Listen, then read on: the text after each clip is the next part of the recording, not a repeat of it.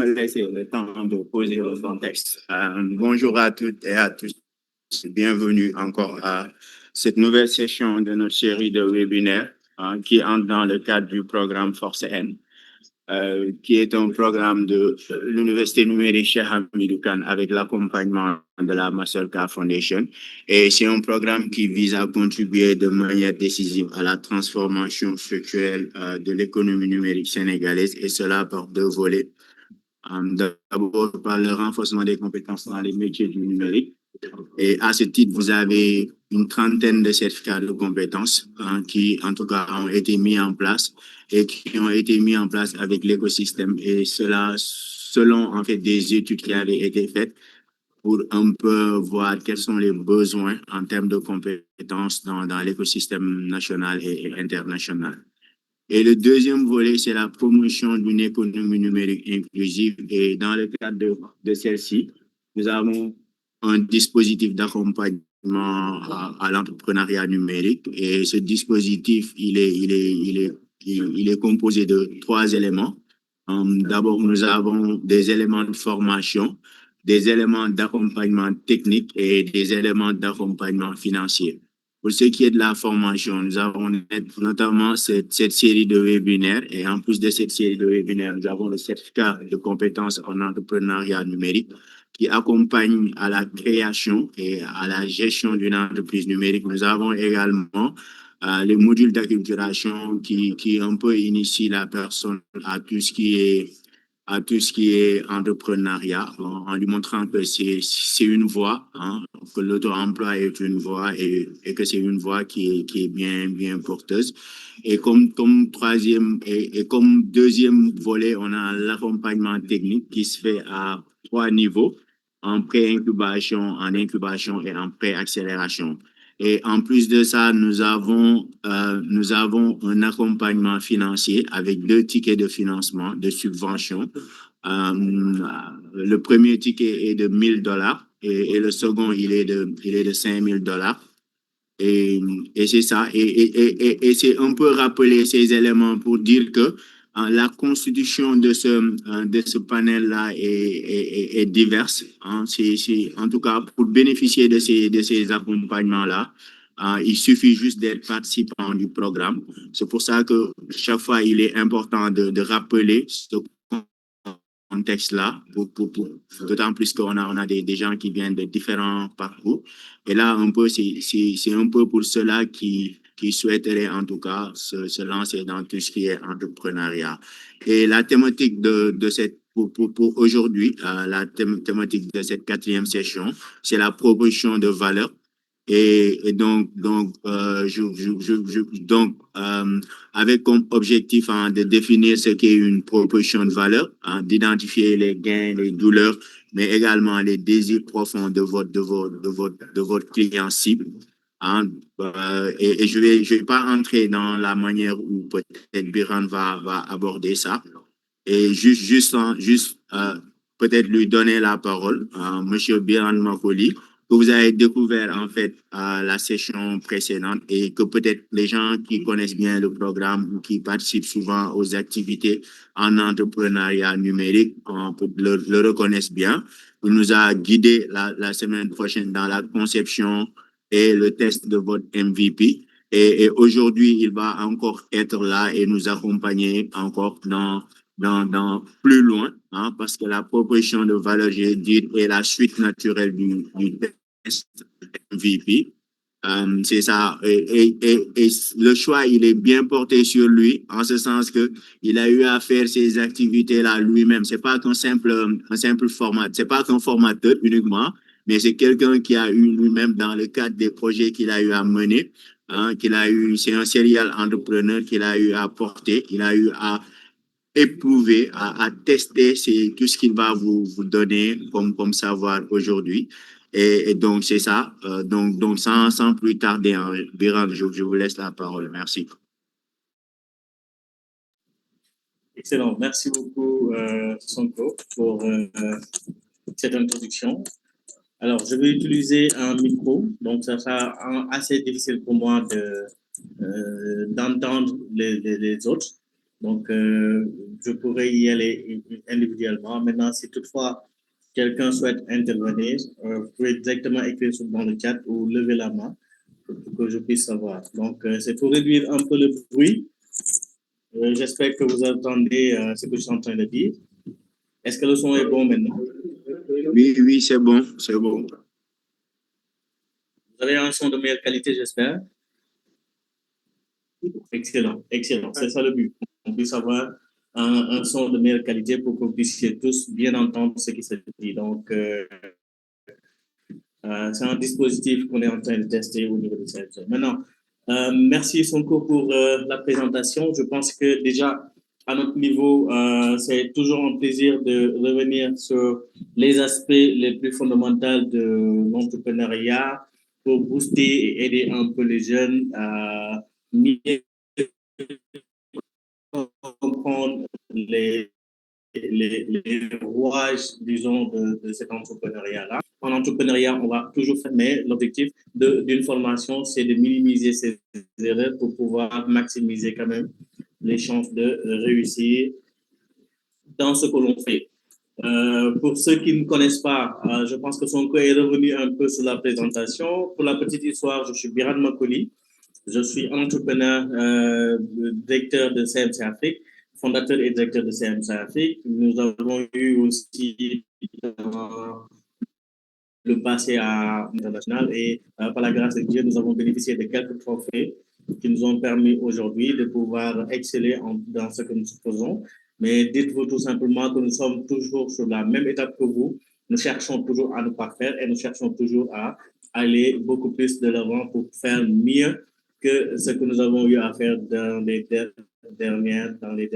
Donc, l'objectif de ce module aujourd'hui, qui est la proposition de valeur, c'est une continuité naturelle de ce qu'on a eu à faire la dernière fois, parce que tout se passe dans les débuts de la détection de cette solution-là, de l'identification du problème, jusqu'à la mise en place de votre MVP. Donc, c'est de nature à comprendre davantage votre clientèle pour pouvoir répondre à un besoin, parce que comme vous le savez bien, on ne se lève pas du jour au lendemain pour devenir un entrepreneur. On décide de résoudre une situation, un problème bien identifié dans une communauté bien définie, et de pouvoir maintenant mettre de côté ce qu'on appelle des stratégies qui nous permettraient tout simplement d'aller vers la réussite de ces initiatives-là. Donc, pour aujourd'hui, pour notre session de proposition de valeur, on va directement aborder des thématiques ou des zones de réflexion qui, des fois, vont être assimilées, comme la dernière fois, à des notions anglophones. Et il faut comprendre aussi que en entrepreneuriat, les meilleures théories et les meilleures stratégies nous viennent des Américains, pour ne pas dire des populations anglophones, anglo-saxons. Donc, il faut qu'on puisse les intégrer dans notre vocabulaire et chercher aussi à maîtriser le sens de sorte à ce qu'on puisse aller vers des situations assez meilleures. Donc, la finalité de cette session aujourd'hui, c'est de comprendre d'abord le concept de proposition de valeur. Quand on parle de proposition de valeur, qu'est-ce qu'on entend réellement? Parce que certainement, on va vous poser la question, est-ce que cette session de proposition de valeur, c'est la même chose que quand on fait le BMC, le Business Model Canva, avec la session proposition de valeur? Évidemment, vous aurez compris que c'est la même logique, c'est la même réussite. Maintenant, il faut comprendre tout simplement quel est le pourcentage de valeur que vous allez mettre en place tout simplement dans la recherche de la solution ultime que vous devez amener chez votre,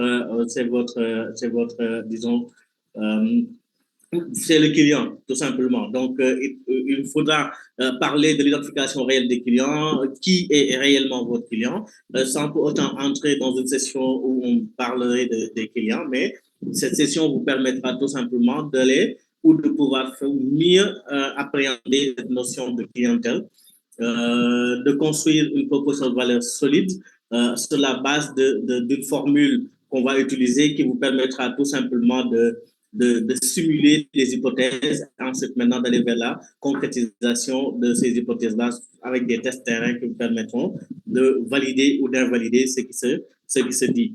Donc, construire une proposition de valeur solide, se différencier de la concurrence, parce que celui qui connaît le problème qu'il adresse directement a un coup d'avance sur sa concurrence. Donc, il est important quand on est entrepreneur de pouvoir maintenant innover et mieux comprendre ce qui se fait. L'entrepreneuriat, ce n'est pas celui qui a le plus d'argent, ce n'est pas ça. C'est celui qui maîtrise ce qu'il fait réellement. Et on peut être celui qui le maîtrise le plus sans pour autant gagner beaucoup d'argent. Maintenant, c'est au fur et à mesure qu'on est constant dans l'activité que vous allez voir les retombées des efforts qui ont été consentis durant des années et des années. Et ça, c'est exactement le pourquoi les sessions de formation que Force M est en train de faire sont hyper importantes parce que ça permet tout simplement de vous définir et surtout de réajuster le modèle économique que vous avez pour pouvoir répondre dans la manière la plus efficace possible.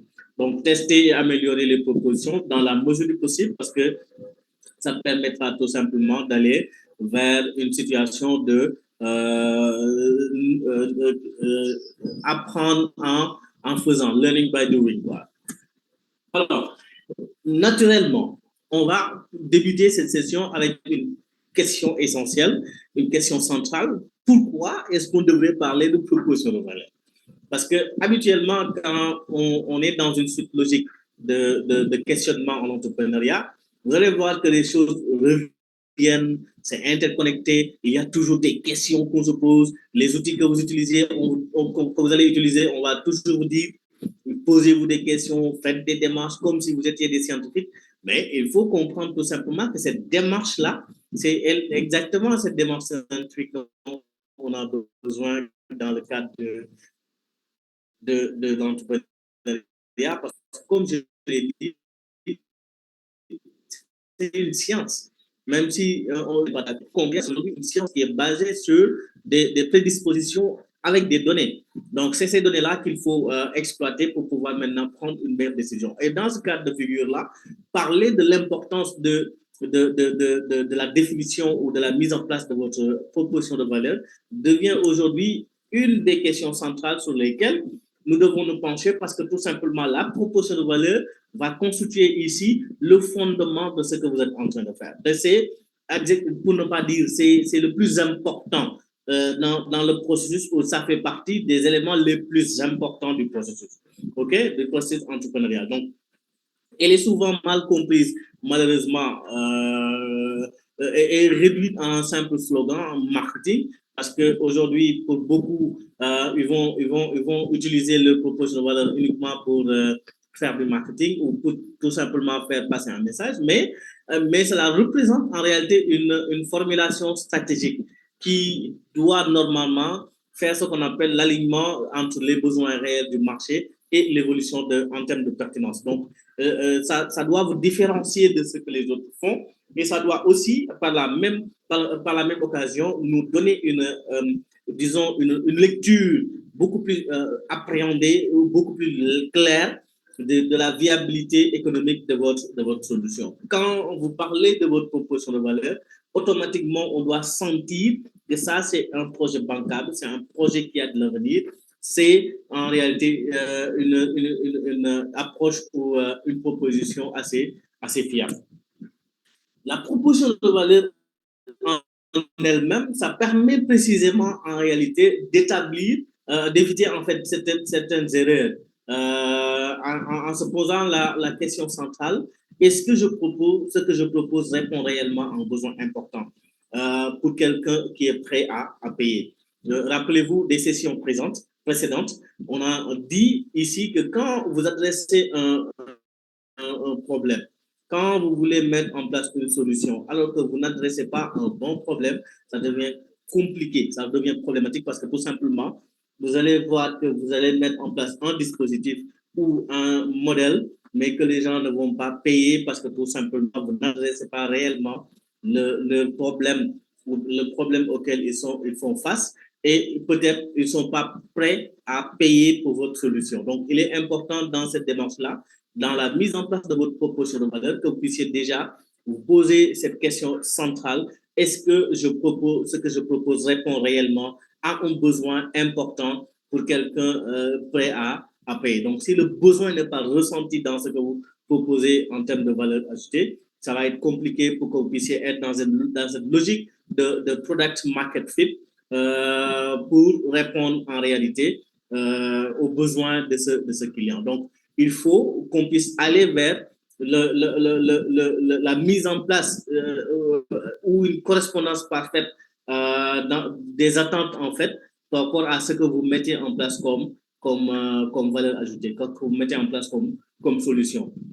Donc, cet alignement-là permet tout simplement d'être dans une certaine innovation et d'éviter peut-être les échecs. Mais ce qui est le plus important, c'est de voir est-ce que le produit colle avec les réalités du marché. Pour ne pas dire est-ce que la solution que je propose répond réellement aux besoins qui a été identifié. Et c'est ça exactement qui doit être le gros lot de chaque entrepreneur. Vous devez tout passer au moins beaucoup de temps à réfléchir sur le fait de se dire est-ce que ce que je propose répond réellement à un besoin? Est-ce qu'il n'est pas nécessaire de le faire évoluer ou d'innover encore ou tout simplement de changer carrément de parce que où je suis actuellement. Donc, il est important de revenir sur ces éléments de base-là et de réfléchir par ces mêmes ricochets-là sur les essentiels de ce produit market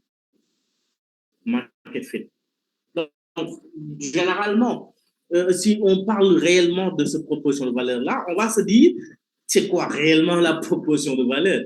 Parce que se dire tout simplement que nous devons être dans une logique de proposition market fit, mais et certains vont se dire certainement ce que Chemin veut nous dire par produit market fit, alors que c'est simple. Il faut qu'on puisse décrire les étapes les plus essentielles qui sont est-ce que le problème que vous avez identifié est réellement un problème qui nécessiterait une solution? Est-ce que la solution que vous apportez est une solution en réalité qui peut-être colle avec la réalité du terrain, avec les besoins exprimés par une population? Est-ce que les bénéfices de ces clients-là leur permettraient tout simplement de soulager leur douleur? Donc, en gros, c'est pour revenir et dire pourquoi doit-on choisir mon produit au détriment des autres produits existants? Parce que ce que vous faites, beaucoup de personnes le font. Ce que vous vendez, beaucoup de personnes sont en train de le vendre, ou peut-être la plateforme ou la solution digitale que vous êtes en train de concevoir, ça existe déjà ou des personnes sont en train de le faire. Qu'est-ce qu'il doit faire que l'individu adressé par cette solution-là doit laisser les autres pour venir chez vous? Donc, tout simplement parce que votre solution ou votre proposition de valeur décrit clairement et de manière honnête le problème que vous adressez, la solution que vous apportez et les bénéfices pour le client. Ces trois notions-là, ces trois dimensions doivent impérativement être soulevées ou être, disons, ça doit faire tache d'huile dans ce que vous proposez réellement à vos clients pour les inciter à venir participer directement en réalité dans l'effort consenti dans la mobilisation des ressources et la viabilité économique de votre entreprise. Ceci dit, il y a quelques notions qui nous permettraient de dire que nous sommes dans une logique de mise en place d'une très bonne ou d'une bonne proposition de valeur. Et ces logiques-là, c'est qu'il faut d'abord que dans la proposition de valeur que vous avez, qu'on puisse ressentir que ça attire le client. Une proposition de valeur qui n'attire pas, ça reste parce que ça ne fait pas vibrer. Et normalement, votre proposition de valeur doit être au cœur de votre système économique. Et quand c'est au cœur de votre système économique, ça fait vibrer la clientèle, ça lui fait ressentir beaucoup d'émotions pour pour que ce dernier puisse se dire voici la solution que j'attendais. Et donc, cette entreprise-là pourra me permettre d'éradiquer clairement le problème auquel je fais face. Donc, est-ce que votre solution attire? Si oui, vous êtes dans une très bonne proposition de valeur parce que ça doit permettre d'attirer carrément la clientèle. qu'est-ce que la proposition de valeur que vous mettez en place doit permettre aussi? Ça doit permettre de convaincre rapidement. Si vous avez une proposition de valeur maîtrisée, rapidement, vous pouvez convaincre, que ce soit des bailleurs, que ce soit un client ou que ce soit autre personne. Vous pouvez rapidement discuter avec quelqu'un sur le modèle que vous mettez en place et essayer de le convaincre à devenir un client. Si c'était un prospect ou un lead, etc., vous pouvez le transformer directement en un client et chercher à maintenant à le convertir carrément en client et le fidéliser tout simplement et aller vers des mécanismes de fidélisation. Donc, si on ressent en réalité que votre proposition de valeur attire les clients et permet de convaincre, ça veut dire tout simplement que vous êtes dans une logique de mise en place d'une bonne solution qui permettrait tout simplement d'aller vers beaucoup plus loin. Se différencier. La proposition de valeur permet de se différencier dans la mesure où ça permet de clarifier un peu le positionnement. On va y revenir tout à l'heure.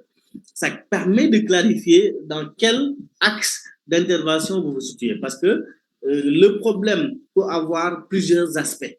Et sur ces aspects-là, vous vous positionnez sur un seul aspect, par exemple, pour démarrer, pour pouvoir éradiquer cet aspect ou contribuer aux efforts consentis dans le cadre de cet aspect-là pour soulager au maximum le client par rapport à ce qu'il est en train de ressentir comme un besoin réel qui a été exprimé et de manière factuelle qui doit être normalement éradiqué de manière beaucoup plus simple. Donc, l'autre attente ou ce que ça permet en termes de proposition de valeur, votre proposition de valeur va permettre d'augmenter les ventes. Donc, quand c'est clair, ça donne un positionnement bien défini. Et quand le positionnement est bien défini dans la tête du client, donc vendre devient beaucoup plus facile. Donc, ça veut dire tout simplement que la personne saura que si j'ai besoin de telle solution, moi, il faut que j'aille vers telle entreprise parce que c'est cette entreprise-là qui détient la solution dont moi j'ai besoin pour me soulager par rapport à telle ou telle problématique. Donc, ça fait augmenter directement les ventes. Et enfin, maintenant, ça clarifie notre positionnement, comme je l'ai dit tout à l'heure, parce que tout se joue dans la tête des gens. Le positionnement ici, c'est pas Fanga Tahawe ou Fanga Studio. Non, ça signifie tout simplement quelle est l'appréhension, quelle est la conception que les gens se font de votre système, quelle est la conception que les gens se font de votre solution. Donc, cette clarification du positionnement permet tout simplement de faire plus de ventes, de se différencier, de convaincre rapidement et d'attirer plus de clients. Ces 5 dimensions-là combinées vous permettront tout simplement de constater que vous êtes quand vous avez une bonne proposition de valeur parce que naturellement, la proposition de valeur doit vous permettre d'avoir ces 5 éléments de conception. Maintenant, on l'a dit tout à l'heure, je l'ai un peu brossé. Il faut qu'on puisse comprendre son client. Parce que pour proposer de la valeur à quelqu'un, il faut comprendre cette personne, ses habitudes, ses besoins, ce dont la personne aspire, etc., etc. Si ça ne se fait pas, on aura à peut-être spéculer sur des hypothèses qui ne sont pas existantes. Et dans l'entrepreneuriat, comme je l'ai dit, c'est comme une science. C'est comme si vous étiez en train de faire de la recherche. Donc, il faut que vous puissiez aller sur le terrain, constituer des données et que ces données-là soient directement validées par les utilisateurs eux-mêmes de votre système. Donc, comment est-ce que ça marche? Il faut comprendre son client. Ici, signifie aller au-delà des caractéristiques de base, âge, sexe, localisation. Parce que automatiquement, les gens se focalisent sur l'âge du client, son sexe, est-ce que c'est un homme, est-ce que c'est une femme, est-ce que c'est un jeune, est-ce que c'est un adulte, un vieillard, un nouveau-né, etc. Ou est-ce que la personne habite en périphérie, en banlieue, en ville, au village, etc., etc. Donc, il faut qu'on puisse aller au-delà de ça pour analyser ses comportements, ses motivations, ses contraintes et ses frustrations. Et le plus important, c'est de se baser sur ses comportements, ses motivations, ses craintes et ses frustrations parce que, comme j'ai l'habitude de le dire, une personne qui fait face à un problème subit naturellement les dommages émotionnels de ce problème-là. Donc, ça peut lui permettre d'être en colère, de gaspiller de l'argent, de l'énergie, etc. Le comprendre vous permettra facilement de mettre en place un système rapide qui permettra de soulager. Je donne l'exemple des tchak-tchak. On voit, par exemple, que les gens veulent avoir leurs marchandises rapidement, sans se déplacer, sans se fatiguer. Ils veulent tout simplement avoir plus de temps. Et vous vendez du temps, vous vendez un gain de temps. Ce gain de temps vendu par ceux qui font du tchak-tchak font que l'activité marche parce que la personne va préférer payer pour un gain de temps plutôt que d'aller se bousculer dans un supermarché ou ailleurs pour pouvoir récolter ou avoir des services ou des produits dont il a besoin. Donc, il est important d'être dans cette logique-là de satisfaction en fait, des besoins et il faut se baser sur le comportement, la motivation et les contraintes, surtout les frustrations pour pouvoir apporter maintenant une solution réelle qui permet tout simplement de satisfaire ce client-là et de comprendre au mieux ce client. À ce niveau-là, on va parler d'une approche centrée utilisateur parce que c'est celui à qui la solution est destinée qui doit forcément nous intéresser parce que ça vise à identifier le client qui essaie réellement d'accomplir de sa vie, ce que le client essaie réellement d'accomplir dans sa vie ou de manière professionnelle, tout simplement, au quotidien ou de manière professionnelle. Donc, l'approche ou la solution que vous mettez en place peut toucher la vie quotidienne de l'individu, mais ça peut aussi toucher l'aspect professionnel. Vous pouvez avoir un service uniquement pour des personnes qui travaillent ou autres. Donc, à ce niveau-là, il faut aller au-delà du fait de rester sur les superflus qui sont les connaissances de base du client, l'âge, sexe et localisation, mais aller vers les comportements, les motivations, ses contraintes et ses frustrations. Et naturellement, peut-être on va vous poser la question, est-ce que aller vers la recherche de ces comportements, des motivations, etc., ne va pas ressembler un peu à faire de l'étude de marché? Non, non, l'étude de marché est beaucoup plus poussée. Ici, c'est l'étude psychologique en réalité. Il faut que vous puissiez observer davantage votre clientèle pour comprendre ses frustrations, pour comprendre ses contraintes, pour comprendre ses motivations et surtout pour comprendre ses comportements. Face au problème, qu'est-ce qu'il faut réellement pour subvenir ou pour répondre de manière micro à ce problème-là qui le fatigue. Donc ça, c'est une des capacités qu'il faut développer en tant qu'entrepreneur dans la recherche de propositions de valeur, parce que le mieux vous comprenez votre client, le mieux la proposition proposée pourra répondre aux besoins exprimés par ce dernier, qui est peut-être de gagner beaucoup plus de temps ou peut-être de se soulager sur tel ou tel aspect, etc. Donc, à ce niveau-là, il vous appartient de revenir sur ces éléments de base. Quelle est maintenant la composition d'une proposition de valeur? Mais comprenez tout simplement que quand on parle de proposition de valeur, il y a fondamentalement 3 piliers qui nous intéressent. Donc, ces 3 piliers-là doivent normalement vous permettre de maîtriser un peu et de concevoir une proposition de valeur qui soit axée vers un clientèle qui souffrait d'un problème et qui sont prêts quand même à payer pour obtenir votre solution. La première des choses, c'est le client, le segment client.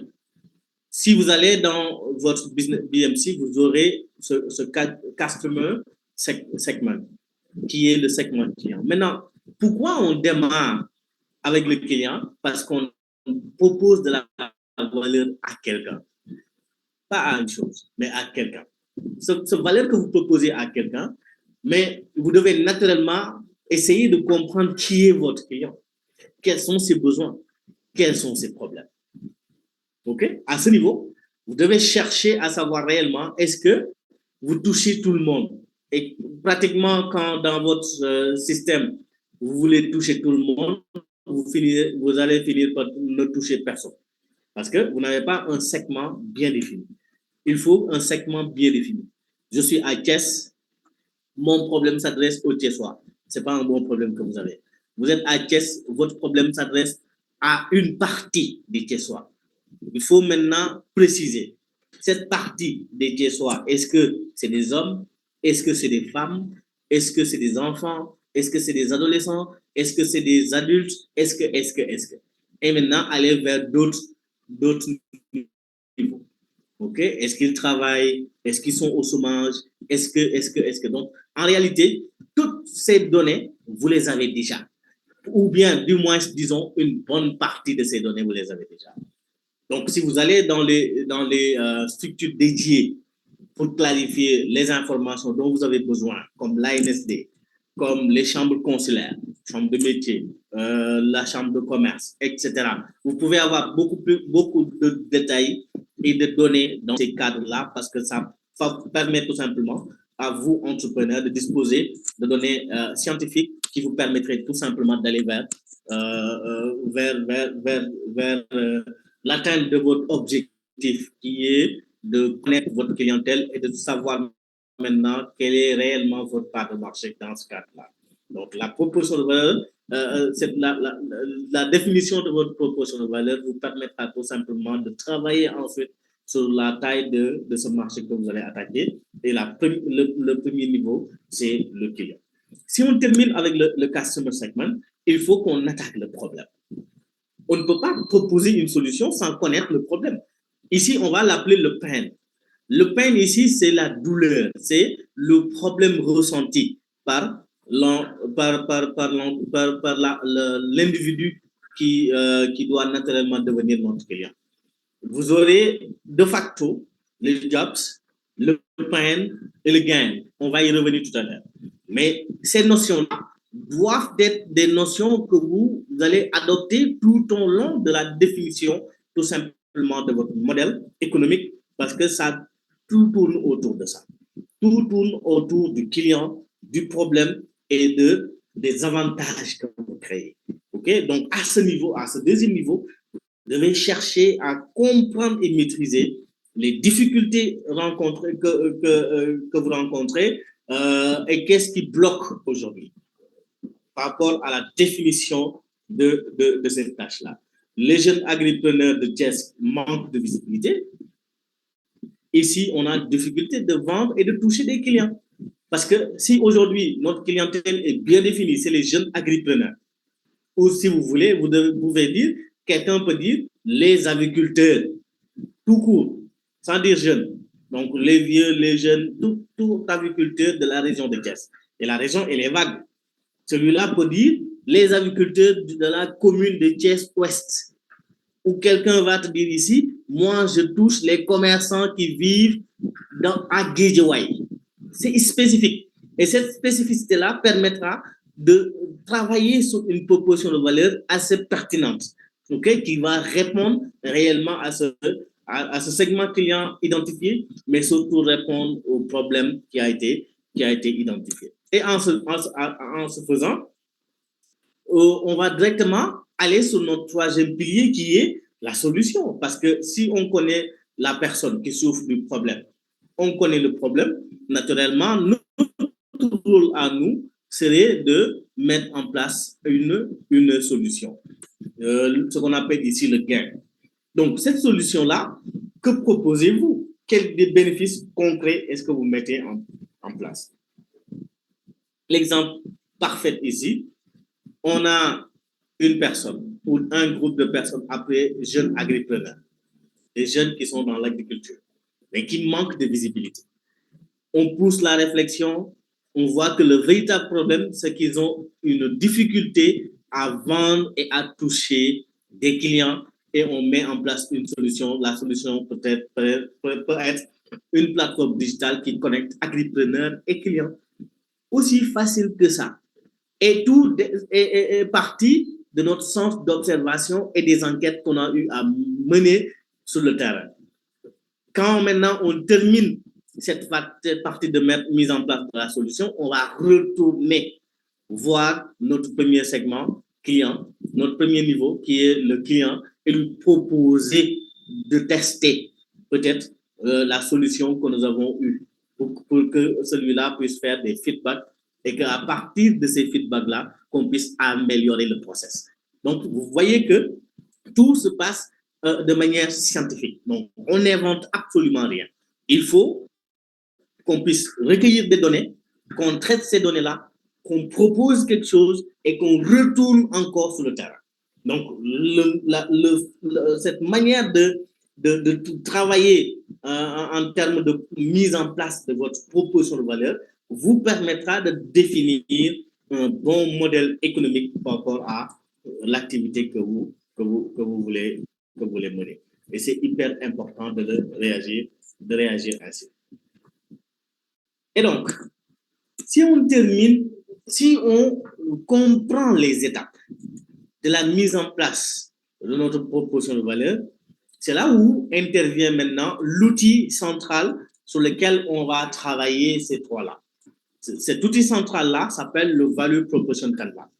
Maintenant, dans le cadre de ce module-là, je vais tout simplement vous décortiquer les segments essentiels de ce Value Proposition Canvas, mais il vous appartient à vous d'aller beaucoup plus loin.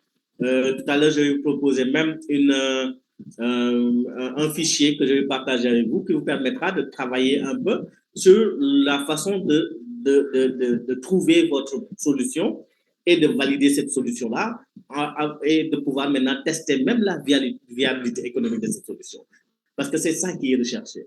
Dans la proposition de valeur, on voudrait avoir un système qui marche, un système qui attire et un système qui s'aligne avec le besoin réel. Le product fit, le product customer fit. Donc, il faut qu'on puisse aller vers cette étape le product market fit, autant pour moi, qui doit nous permettre tout simplement d'aller vers cette étape-là beaucoup plus approfondie, qui permettra tout simplement de retenir l'essentiel. Donc, le Value Proposition Canvas est essentiellement composé de deux parties.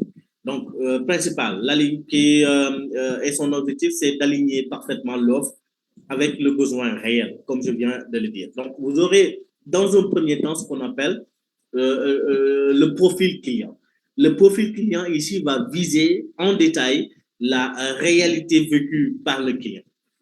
Et il ne s'agit pas seulement de savoir qui il est, mais surtout ce qu'il vit, ce qu'il cherche et ce qui le bloque. Donc, pour ne pas dire tout simplement ce qu'on a eu à dire ici. Vous devez aller vers la définition carrément de votre clientèle. Ses comportements, ses motivations, ses contraintes et ses frustrations. Et c'est évidemment comme ça que vous aurez tout simplement compris la conception de votre proposition de valeur qui permettra d'attirer et de pouvoir convaincre. OK?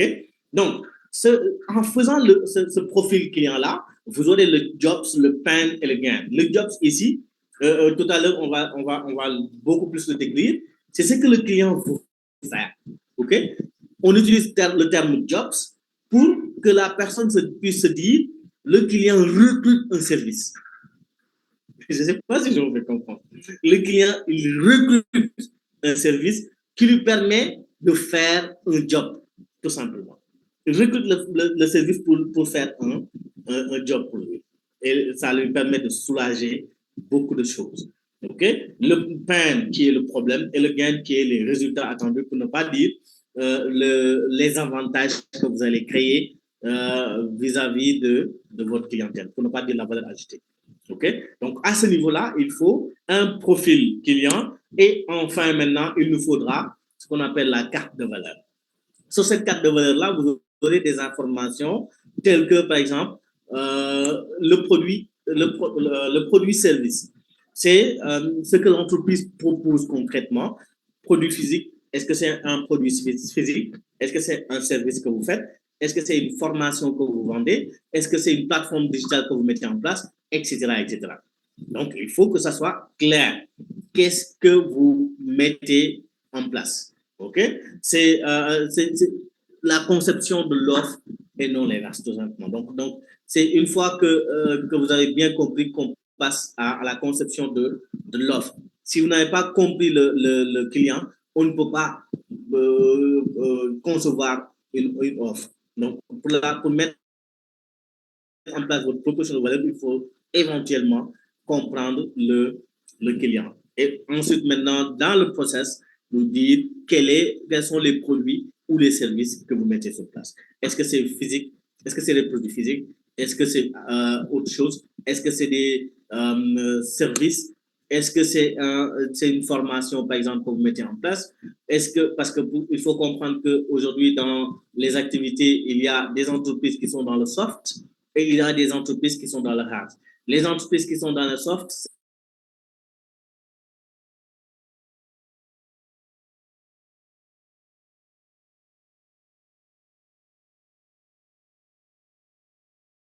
la formation et autres, ils sont dans le soft et ils ont des services, ils ont de la formation et autres. Et il y a maintenant des entreprises qui mettent en place des choses palpables, comme ceux qui vendent de l'eau, des produits cosmétiques et autres, des parfums, et ceux qui mettent en place des plateformes digitales, etc. Ils sont aussi dans tout ce qui est soft. Maintenant, il est important de comprendre cela pour aller maintenant vers notre deuxième segment qui est le soulagement des problèmes. Ce sont les éléments qui montrent comment votre solution réduit ou élimine les peines du client. Vous avez mis en place quelque chose. Maintenant, comment est-ce que vous soulagez ce client-là? Simplifier un processus complexe. Vous avez vu que le problème, c'est qu'ils ont un processus assez complexe. Vous mettez une plateforme automatisée pour tout simplement leur permettre d'avoir une vie beaucoup plus simple. Okay? Réduire les coûts, gagner du temps, comme l'exemple que j'ai donné tout à l'heure, réduire les risques. Donc, la liste n'est pas exhaustive. Ça peut être aussi autre chose. Mais quel est le soulagement des problèmes que vous avez dans votre système? Ensuite, la création du gain. Ce sont les éléments qui montrent comment votre solution crée de la valeur supplémentaire. Okay? Augmentation de revenus. Amélioration de la productivité, offrir par exemple une meilleure expérience, apporter du confort, etc. Donc, la carte de valeur nous permettra de savoir votre produit ou service, quelles sont les valeurs, quels sont les avantages que ça permet, que ça crée chez le client. Et ça, c'est des éléments assez déterminants parce que le comprendre vous permettra tout simplement, une fois que vous allez mettre en place votre proposition de valeur, parce qu'on va y revenir, on va terminer avec la formule de mise en place en une seule phase de votre proposition de valeur. Et cette formule-là doit intégrer ces dimensions-là. Ça doit intégrer la dimension profil client, ça doit intégrer la dimension carte de valeur pour englober en réalité les éléments les plus essentiels qui vont convaincre. Et ces éléments qui doivent normalement chercher à convaincre doivent passer par une étude minutieuse que vous devez faire tout au long de l'exercice. C'est la raison pour laquelle je rappelle toujours que quand vous voulez travailler sur un projet et que vous travaillez sur un projet sérieux, évitez de tout demander à l'IA. Donc, l'intelligence artificielle est là pour faciliter, mais si vous laissez l'intelligence artificielle faire tout pour vous, vous aurez des données qui ne vont pas répondre à la réalité. Et quand ces données-là ne répondent pas à la réalité, tôt ou tard, vous verrez que votre système va s'effondrer parce que ça ne va pas coller à la réalité qui est demandée en réalité. Donc, il est important d'aller vers ces considérations. Et si on y va sur ces considérations-là, vous saurez tout simplement qu'il est important de revenir à la méthode la plus essentielle qui est le terrain. Donc, l'exemple ici, c'est simple de ce qu'on vient de vous montrer. Vous avez le client, le jeune entrepreneur. Attends, je reviens en arrière pour que vous puissiez comprendre. On a le profil client, on a la carte de valeur. OK? Donc, l'explication du profil client et l'explication de la carte de valeur. Maintenant, comme exemple, explication profil client. nous avons les jeunes entrepreneurs ou les jeunes agripreneurs de Thiès.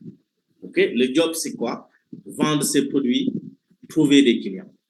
Donc, ce qu'ils recherchent, eux, comme agents, c'est pouvoir vendre leurs produits et trouver des clients. Le pain, pour ne pas dire le problème, c'est quoi? C'est le manque de visibilité, c'est peu de compétences marketing. Et le gain maintenant, qui sont les avantages, c'est augmentation des ventes, pour ne pas dire augmenter les ventes, être connu, tout simplement. Comment maintenant on doit satisfaire après l'étude de notre profil client? On sait qu'on a un client qui est comme ça et qui a tel besoin. Et ça répond à la définition qu'on a ici tout à l'heure. Le jobs, le pain et le gain. Donc, on essaie de voir le plus, on essaie de comprendre réellement qui est notre client à travers ces trois-là. Et comprendre qui est notre client à travers ces trois-là nous donnera tout simplement ces résultats-là. Donc, il faut aller vers maintenant la définition de la carte des valeurs qui permettra tout simplement de répondre de manière efficace avec une proposition de valeur qui va satisfaire ce client-là. Et on aura quelque chose de très simple. Solution, le produit. On peut avoir formation en marketing digital. J'ai créé une entreprise spécialisée, une agence de communication digitale, par exemple, mais qui propose, pour répondre à ce problème spécifique, une formation en marketing digital. Le soulagement ici, c'est que ce jeune entrepreneur de Thiès ou ce client aura des techniques simples pour vendre. OK? Et quels sont les avantages? La valeur que je vais créer, c'est l'augmentation de ses ventes. Parce que si je lui donne les techniques qu'il faut, automatiquement, cette personne pourra les reproduire, les dupliquer dans son entreprise et pouvoir avoir maintenant plus de clients. Comprendre ce tableau vous permettra, par exemple, quand vous avez des sessions de formation ou quand vous avez un produit, de pouvoir le vendre rapidement. Parce que celui avec qui vous allez parler comprendra que le fait d'acheter votre formation, par exemple, lui permettra d'avoir tout ça. Et c'est exactement ça qui est recherché dans la définition de votre proposition de valeur. En lisant votre proposition de valeur, l'individu devrait se dire, ah, voici ce que je cherchais. Et c'est naturellement la chose la plus essentielle sur laquelle il faut aller. Le vrai objectif en réalité de ce proposition de value Canva, de ce value proposition Canva, c'est d'atteindre un alignement fit parfait. Tout à l'heure, on l'a dit, il faut qu'on puisse aller vers une concordance entre le produit et le marché. Okay? Pour ne pas dire offre et demande. Okay? Donc, il y a un bon fit lorsque le client comprend en réalité immédiatement votre valeur. Donc, ici, vous avez créé de la valeur. La valeur, c'est quoi? C'est une augmentation des ventes. C'est la maîtrise des techniques, des techniques simples pour vendre qui crée automatiquement une augmentation des ventes. Donc, il faut que ça soit créé, il faut que ça soit compris immédiatement par rapport à votre offre. Donc, quand vous faites l'offre, une affiche, etc., ou quand la personne voit une communication de votre entreprise, on doit automatiquement savoir que voici ce que vous avez proposé, voici ce que vous mettez sur la table et voici les avantages que ça pourrait créer. Donc, le client comprend immédiatement la valeur, il est intéressé et il est prêt à payer. Parce que si la valeur elle est immédiatement perçue comme quelque chose qui va nous soulager et qui va augmenter ce que nous allons faire, automatiquement l'intérêt est notifié et vous allez voir que payer le service ou le produit devient très facile. Okay? Maintenant, ça ne va pas dire que forcément, si le produit est cher, ils vont acheter. Ça dépend de votre client et d'où l'importance maintenant d'aller vers le fait de maîtriser sa clientèle pour pouvoir tout simplement faire une bonne proposition de valeur. D'après maintenant tout ce qu'on vient de dire, on pourra maintenant, avec tous ces éléments-là, avec toute cette investigation, avec toutes ces recherches qu'on a eu à faire pour comprendre notre clientèle et comprendre les bases, c'est là où on pourra maintenant directement faire une formulation d'une proposition de valeur et ça suit une formule très simple. OK? La formule, elle est là. Nous aidons vous mettez les types de clients à résoudre, vous mettez le problème, grâce à votre solution, vous mettez votre solution, ce qui leur permet et vous mettez leur bénéfice. En une seule phrase, vous êtes capable de vaincre. Et si jusqu'à présent, vous n'êtes pas capable de le faire en une seule phrase et convaincre quelqu'un, vous n'avez pas encore travaillé sur votre proposition de valeur. Un exemple concret, nous aidons les jeunes entrepreneurs de Thiès à augmenter leur vente grâce à des formations pratiques en marketing digital leur permettant de trouver plus de clients. En une seule phrase, même ça, si vous le mettez dans une banderole et que vous l'affichez quelque part, la personne qui lit saura exactement ce que vous faites. Est-ce que ça entre dans son centre d'intérêt? Est-ce que ça pourra lui permettre maintenant de sortir de ce gouffre financier, etc. Et ça pousse directement à venir payer pour la formation. C'est exactement ce qui est recherché. Donc, la formulation de votre proposition de valeur, après toutes ces études-là, sur le pain, le gain et le customer que vous allez travailler, ça vous ramène à une seule phrase simple. Pas la peine de vous compliquer la vie. Vous reprenez tout simplement les détails essentiels sur lesquels nous avons déjà eu à travailler et vous avez votre formulation très simple. Donc, c'est en ces mots que je vais vous remercier pour qu'on puisse ouvrir le débat et j'ose espérer que ça vous a permis de mieux comprendre en réalité cette notion de proposition de valeur. Boubacar, vous avez la parole.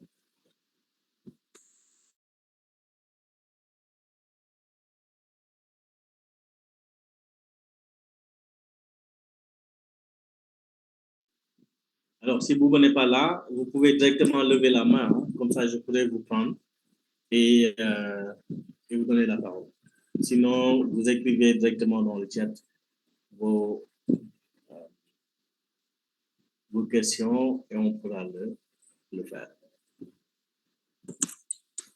Normalement, je devais présenter pour 45 minutes, j'ai fait 1 heure de temps, mais j'ose espérer que ça, ce débordement-là a été utile pour vous. Alors, si vous avez des questions, ce n'est pas M. Colli, c'est M. Makoli. Jean, si vous avez des questions, il faut les poser et on va débattre un peu avant de se quitter.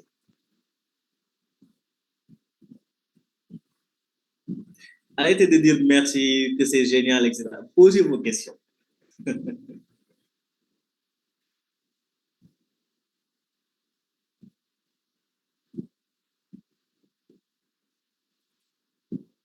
Ah oui, et vous avez raison, Fulgence. J'ai oublié de vous présenter ce modèle-là. Laissez-moi le faire avant que vous puissiez poser vos questions. Vous pouvez les écrire dans le chat. Hein. Si Boubacar n'est pas là, comme ça je pourrai les lire et vous répondre.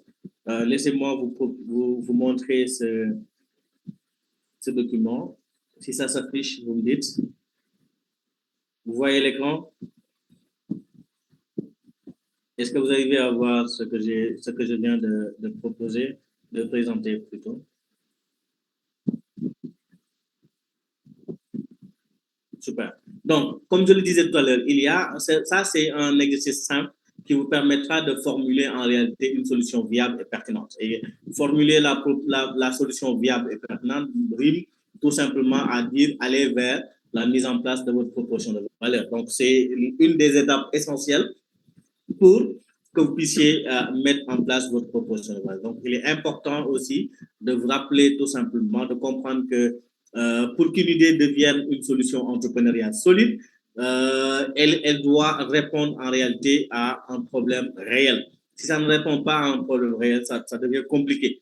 À un problème réel, elle doit être adaptée au marché et elle doit être capable aussi de générer de la valeur sur le long terme, pas sur le court terme, mais sur le long terme. Donc, ces éléments réunis-là permettent tout simplement de pouvoir travailler de manière uniforme pour pouvoir aboutir à des résultats qui vont satisfaire tout le monde. Donc, tout prend départ sur l'identification du problème clair et concret. Donc, vous devez d'abord observer les frustrations, les besoins, les manquements vécus par les acteurs, les personnes dans un secteur bien précis, et vous remplissez tout ce que vous avez pu voir comme frustration. Donc, basez-vous beaucoup plus sur les aspects émotionnels lorsque vous travaillez sur un projet. vous remplissez les aspects de frustration, vous validez maintenant que ce problème touche un nombre suffisant de personnes. Et comment valider que ce nombre touche un nombre suffisant de personnes?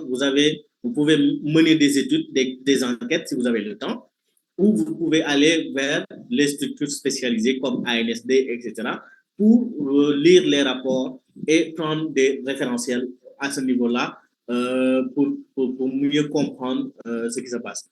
Un exemple simple, dans le département de Thiès, plus de 2500, c'est un exemple, ça c'est pas une réalité, hein, c'est juste un exemple dans le cadre de l'exercice. Dans le département de Thiès, plus de 2500 petits producteurs, par exemple, locaux de la filière horticulture peinent à écouler leurs produits à un prix juste. Donc ça, c'est l'identification du problème, c'est le problème réel.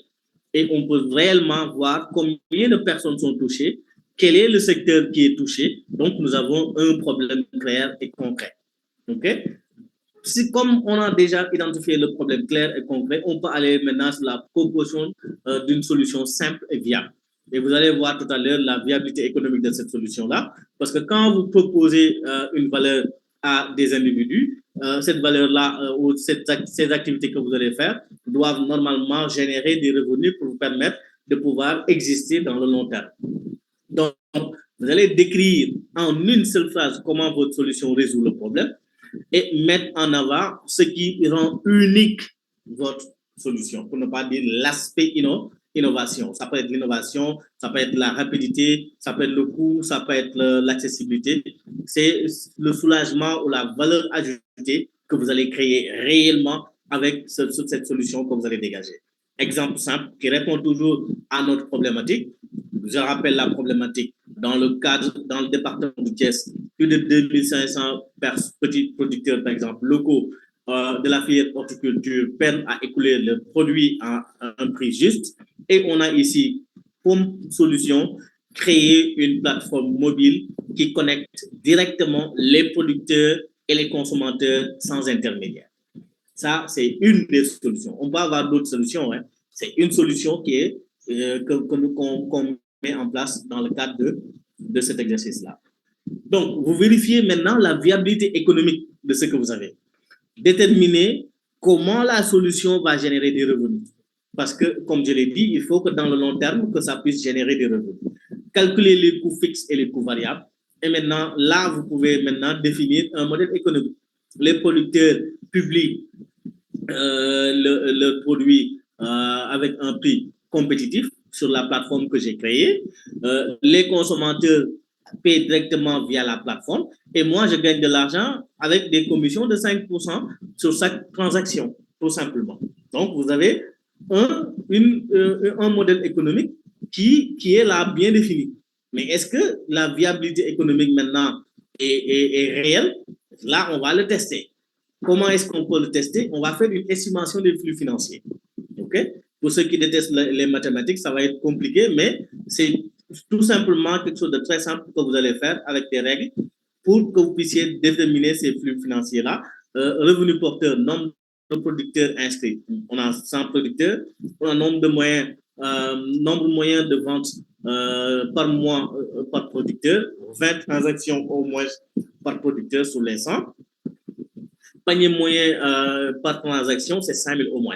Donc, commission, c'est 5%. Donc, on peut voir que sur le nombre total de ventes, des 100 producteurs fois les 20 transactions par mois, on peut avoir 2000 ventes le mois. Les revenus total brut, c'est 2000 ventes multipliées par 5 000 qui donnent 10 millions. Mais ce n'est pas 10 millions qui entrent dans notre poche, c'est 10 millions de transactions au niveau de notre plateforme. Et nous prenons 5% de commission sur les transactions de plus de ou égal à 5 000 francs. OK?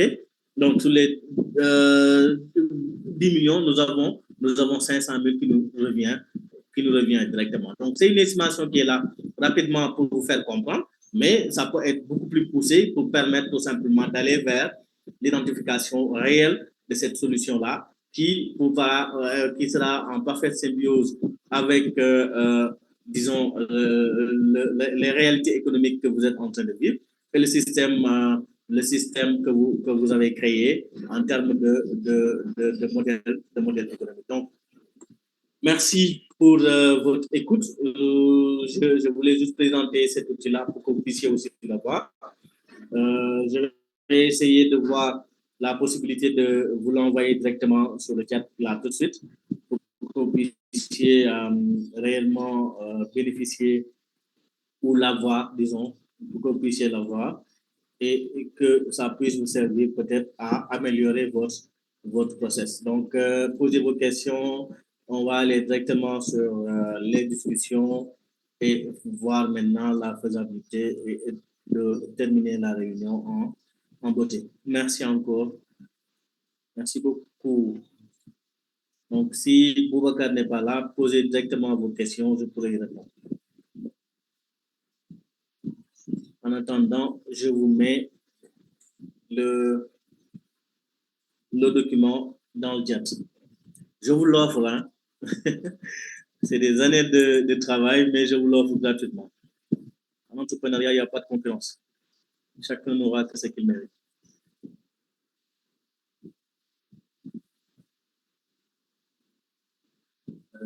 Trouver une solution.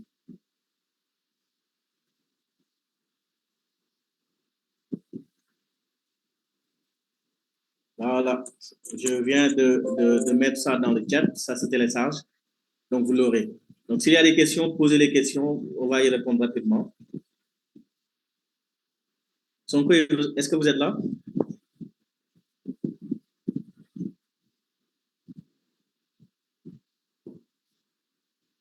Bon, je pense que Sonko est occupé de l'autre côté, donc posez directement vos questions, on peut y répondre. Ah non, non, je n'ai pas de groupe WhatsApp dans le cadre de Force N. Mais j'ai des groupes WhatsApp individuels. Hein. On a une chaîne YouTube, vous pouvez taper sur YouTube, YouTube ça. Vous pouvez taper CNC Afrique. On partage souvent des opportunités là-bas, de stages, de formation, etc. Il y a aussi des formations gratuites que nous avons démarrées qui vous permettra tout simplement de satisfaire votre et d'encourager votre disponibilité. Alors, j'ai une question ici. Comment améliorer une proposition de valeur qui ne marche pas? Alors, cher, je l'ai dit tout à l'heure, hein, lorsque vous faites une proposition de valeur et que ça ne touche pas les dimensions essentielles qui doivent normalement ressortir de ça, ça devient assez compliqué parce que naturellement, la proposition de valeur doit prendre en considération le besoin client qui a été exprimé. Donc, ce besoin client exprimé-là, vous l'avez directement dans le cadre de ce que nous avons vu ici. C'est des informations que vous allez chercher et ces informations-là vous donnent accès directement à ces opportunités de pouvoir comprendre un peu et maîtriser tout ce dont le client a besoin. Donc, il faut chercher à comprendre le besoin du client et en comprenant maintenant le besoin du client rapidement, mettre en place peut-être votre proposition de valeur devient beaucoup plus simple. Donc, si vous avez déjà votre proposition de valeur, vous avez déjà démarré vos activités, mais vous voyez que ça ne marche pas, ça veut dire que automatiquement, peut-être il y a une partie du travail qui devait être fait qui n'a pas été fait. Donc, il faut que vous puissiez reprendre le travail. Vous vérifiez maintenant, est-ce que ce que vous faites colle avec un problème identifié ou est-ce que vous le faites uniquement parce que dans ces AI ou dans ces examen, dans ces diplôme ou dans la donc, ce n'est pas ça en réalité qui fait qu'une personne doit entrer dans l'entrepreneuriat. Donc, cherchez à voir est-ce qu'il y a un lien entre ce que vous proposez et le problème réel qui a été identifié. Si vous n'avez pas encore identifié le problème, ça veut dire qu'il est toujours temps de pouvoir corriger cela et aller vers maintenant le fait disons, de vérifier carrément les choses les plus essentielles pour pouvoir revenir un peu sur ces questions-là. Alors, il y a une autre question. Monsieur, mon entreprise est...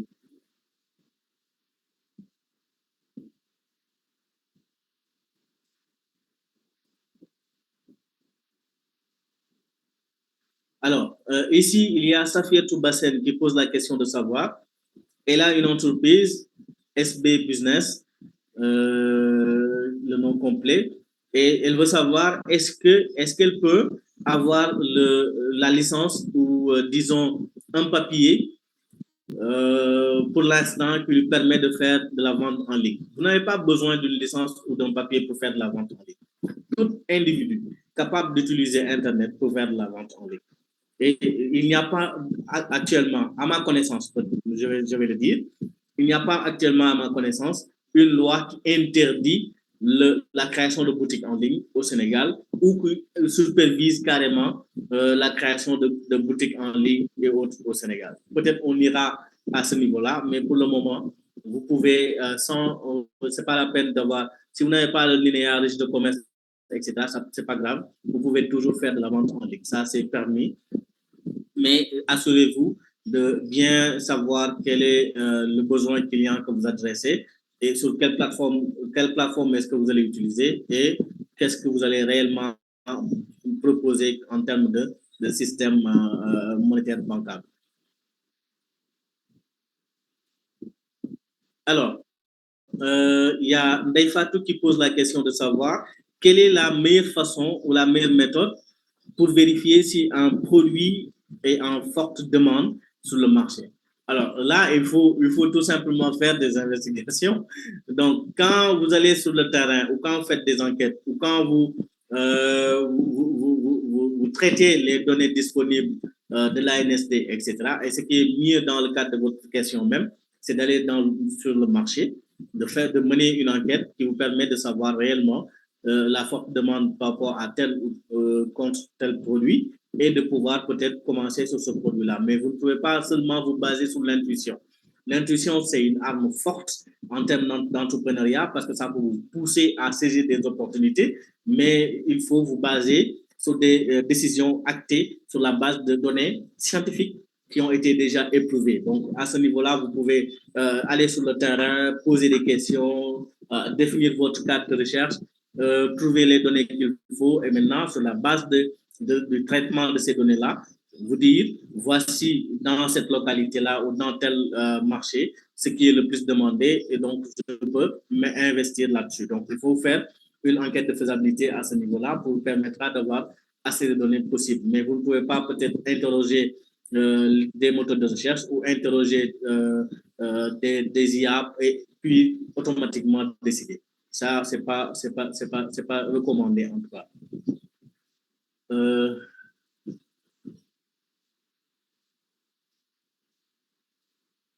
Oui, Amadou, vous pouvez utiliser ça. Et il y a même d'autres outils qui existent. Hein.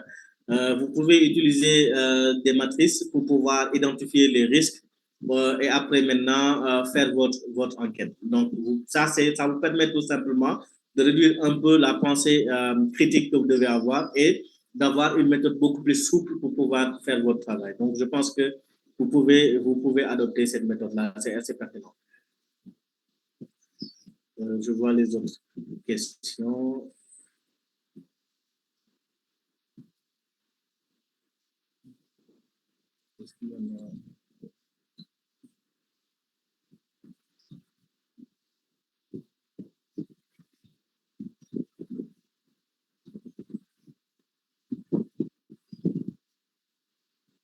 Alors, il y a Mamadi Québec, qui pose la question de savoir quelles sont les erreurs les plus fréquentes lors de la définition d'une proposition de valeur. Et je pense que je l'ai abordé tout à l'heure. Beaucoup définissent en fait leur proposition de valeur sans même connaître le client. Et ça, on ne peut pas le faire. Vous ne pouvez pas définir votre proposition de valeur et aller maintenant tester si les gens vont être satisfaits par rapport à ça ou pas. Vous allez perdre du temps et de l'énergie pour absolument rien du tout. Commencez d'abord par maîtriser et comprendre votre clientèle. Et quand vous allez maîtriser votre clientèle, proposer de la valeur devient beaucoup plus facile parce que vous saurez quelles sont les attentes de ces clients-là et comment est-ce que vous devez répondre à ces attentes-là. Donc, pourquoi certaines propositions de valeur échouent malgré une bonne idée? L'idée ne fait pas l'entreprise. Depuis longtemps, on nous a tués avec cette idéologie-là. les gens ne parlaient que d'idées. Mais l'idée, c'est juste un début. C'est juste le commencement de l'aventure. Hein.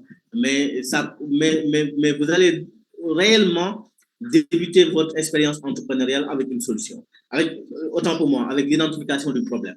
Donc, c'est à partir de l'idée qui vous tique rapidement que vous allez chercher et identifier un problème. Et quand vous trouverez maintenant ce problème-là, vous proposez une solution et vous allez sur les méthodes qui suivent. Mise en place, définition de votre business model, mise en place de votre MVP, travailler sur votre proposition de valeur encore et encore et encore.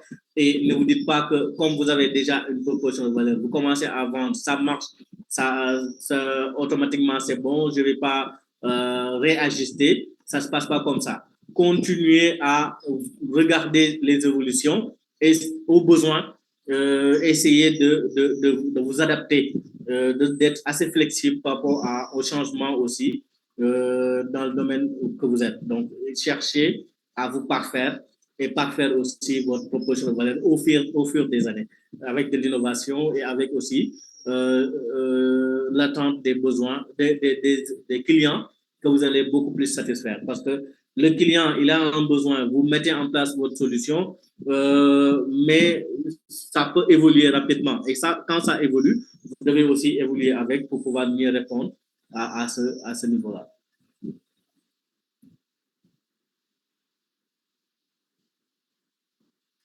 Je cherche encore d'autres questions. Alors, il y a une question ici de Lucrèce. Oui, Lucrétia. De Lucrétia. Bonjour, M. Makoli. Est-ce que bénéficier de l'accompagnement Mastercard de Force N veut dire que notre solution est viable? Bon, je vais laisser cette question à Sonko, mais je vais avoir la prétention ou même l'audace de répondre un peu par rapport à ça. Si vous avez bénéficié des fonds d'amorçage ou de l'accompagnement de Force N de manière financière, ça veut dire tout simplement que vous avez un projet bancable, vous avez un projet, une solution viable, parce que ça passe par plusieurs étapes. Vous avez été dans des formations, après ces formations-là, il y a des comités qui vont vous évaluer, vous faites des pitchs, vous écrivez des documents qui sont lus, qui sont évalués par des experts, qui en débattent aussi en plénière pour pouvoir dire on retient telle personne, on retient telle personne. Donc, ça veut dire que ça passe par des processus qui permettent de voir réellement la viabilité économique de ce projet-là. Maintenant, ça ne reste que sur du papier. Il faut maintenant, à votre niveau, tester encore la solution, encore et encore, parce que même si tout le monde, tous les grands experts, s'ils vous disent que votre solution est viable et que le terrain ne le dise pas, ça devient compliqué. Donc, c'est le terrain qui dicte sa loi. Vous devez tout le temps chercher à tester, à commencer par vos propres moyens sans attendre un financement et à tester, à ajuster au fur et à mesure que vous évoluez. Et je pense que Sonko, tout à l'heure, va revenir sur cette question peut-être avec d'amples éclaircissements. Mais si vous passez plusieurs étapes, ça veut dire que forcément, vous avez un projet qui cartonne parce que c'est plusieurs experts qui ont lu et validé les efforts intellectuels que vous avez eu à faire.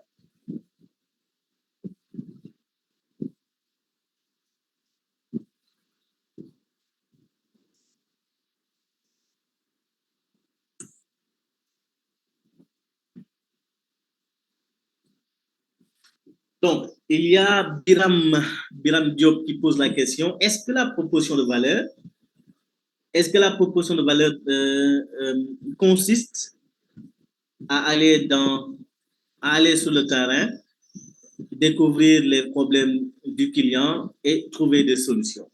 La proposition de valeur, en réalité, c'est la réponse même à ce problème-là. Maintenant, forcément, quand on veut répondre à un problème, il faut qu'on puisse connaître beaucoup mieux ce problème-là. Donc, ça veut dire que vous pouvez aller sur le terrain pour recueillir des informations et poser des questions, faire des interviews, etc., pour mieux comprendre. Ou tout simplement utiliser d'autres astuces qui existent par la familiarité, par peut-être l'observation que vous allez faire, mais les enquêtes sur le terrain sont beaucoup plus fiables et ça vous permettra d'avoir assez de données à exploiter. Donc, il faut tout simplement te dire que c'est une évidence par rapport à la question qui a été posée. Il y a Fatou Ndour qui pose la question de savoir, elle veut savoir si l'entrepreneuriat demande beaucoup de diplômes au Sénégal. La réponse, elle est très simple. La personne la plus riche du Sénégal n'a pas beaucoup de diplômes. Cette personne n'a même pas le bac. Donc, on a une réponse. L'homme le plus riche du Sénégal n'a même pas le bac. Une réponse. Les diplômes, ça vient étoffer l'individu. Parce que vous en aurez besoin. Mais ce n'est pas une fatalité. Ce n'est pas une condition sine qua non sans laquelle peut-être vous n'allez pas réussir. Un diplôme, ça vient tout simplement clore ou couronner les années d'efforts que vous avez eu à faire, ou des mois d'efforts ou des heures d'efforts que vous avez eu à faire dans le cadre d'une recherche, disons, intellectuelle. Mais ce n'est pas une fatalité dans le cadre de l'entrepreneuriat. Vous pouvez être quelqu'un qui n'a jamais fait les bancs et devenir milliardaire, comme vous pouvez être quelqu'un qui a tous les diplômes du monde et qui a 0 francs dans ses poches. Donc ça, c'est des logiques qui sont là. Donc vous n'avez pas forcément besoin de beaucoup de diplômes pour être entrepreneur. Donc il suffit tout simplement d'identifier un problème et d'apporter une solution. Et tout le monde peut faire ça. Maintenant, si vous n'êtes pas capable de souffrir, il faut aller vers un parcours emploi salarié que entrepreneuriat. Parce que l'entrepreneuriat, c'est toujours souffrir. Vous allez souffrir encore et encore et encore. C'est que de la souffrance. Est-ce qu'on peut avoir le document de présentation? L'exercice a été déjà envoyé, je pense.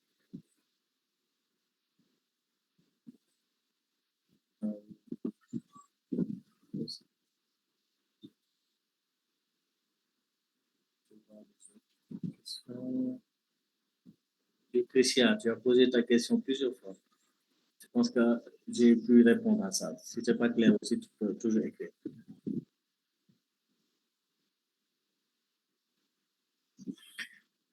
Il y a Papa Abdullah qui pose la question, est-ce qu'il est possible d'avoir une proposition de valeur adaptée à tous les types de clients? Ah, j'ai jamais vu ça. Peut-être que ça existe, mais j'ai jamais vu ça. En réalité, il faut pour chaque type de client une proposition de valeur. C'est pas pour rien que dans les entreprises, vous avez, par exemple, une solution, mais avec plusieurs étapes. Je prends juste l'exemple de cette bouteille posée sur ma table. Je réitère le nom de la société. Une bouteille d'eau, mais cette bouteille qui est sur ma table coûte 100 francs. Okay? Mais il y a plusieurs valeurs, il y a plusieurs autres bouteilles qui coûtent autre chose que 100 francs. Okay? Donc, à ce niveau-là, est-ce que tout le monde est intéressé? Non, ça touche plusieurs segments de votre clientèle. Donc, il faut chercher pour chaque segment qu'est-ce qui est intéressant. Je pense que dans la formule présentée, on a bien dit type de client. Donc, ça veut dire tout simplement qu'il faut identifier et spécialiser votre type de client et ne pas généraliser. Donc, dans l'entrepreneuriat, quand vous faites des choses de manière générale et globale, souvent, ça bute à des erreurs rencontrées sur le terrain. Donc, il est recommandé de toujours aller vers des choses assez spécifiques et d'adopter une méthode SMART.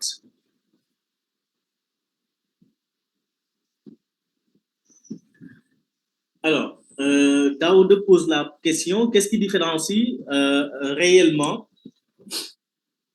vous m'excusez, la proposition de valeur de l'étude de marché? L'étude de marché, en fait, comme son nom l'indique, c'est une étude beaucoup plus poussée. Alors que ici, la proposition de valeur, c'est juste une formulation de la valeur que vous allez donner à votre client, mais qui doit être éprouvée encore et encore, et testée, validée et passer par plusieurs étapes. Donc ça, c'est deux dimensions qui ne sont pas les mêmes. Donc l'étude de marché est beaucoup plus poussée, beaucoup plus approfondie, mais c'est toujours basé sur la proposition sur cette proposition de valeur-là, sur ce que vous voulez offrir directement sur le marché. Et ça permettra de savoir maintenant entre l'offre et la demande et autres là, et les autres mécanismes existants, qu'est-ce que vous devez réellement faire. Il y a Cher qui pose la question, donc, est-ce que votre MVP vous permet de valider votre proposition de valeur? Exactement. Donc, quand vous avez votre proposition de valeur, comme je l'ai dit tout à l'heure, ça doit être éprouvé. Ça doit être testé sur le terrain encore et encore. Donc, le fait de réduire ça à quelque chose de quasi nul, que vous pouvez faire avec un budget quasi nul, vous permettra tout simplement de l'éprouver sur le terrain et de faire les réajustements possibles. Parce que dans l'entrepreneuriat, certes, on va beaucoup théoriser, beaucoup mettre des hypothèses, mais ça ne veut pas dire que c'est parfait. Le système ne sera jamais parfait, ça doit être évolutif. Donc, à ce niveau-là, vous devez toujours chercher à l'éprouver et garder les éléments les plus essentiels.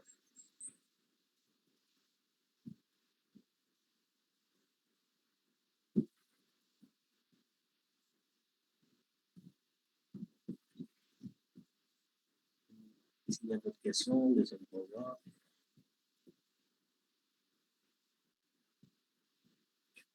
Il y a Alun Fall qui pose la question, quels sont les outils qui nous permettent de mieux comprendre les problèmes et les identifier? Et pour le BMC, est-il obligatoire de respecter les 9 blocs? Je vais d'abord commencer par le BMC. Oui, il est obligatoire de respecter les 9 blocs parce que ça vous permet de comprendre un peu votre modèle économique. Ensuite, quels sont les outils qui vous permettent tout simplement de mieux comprendre les problématiques?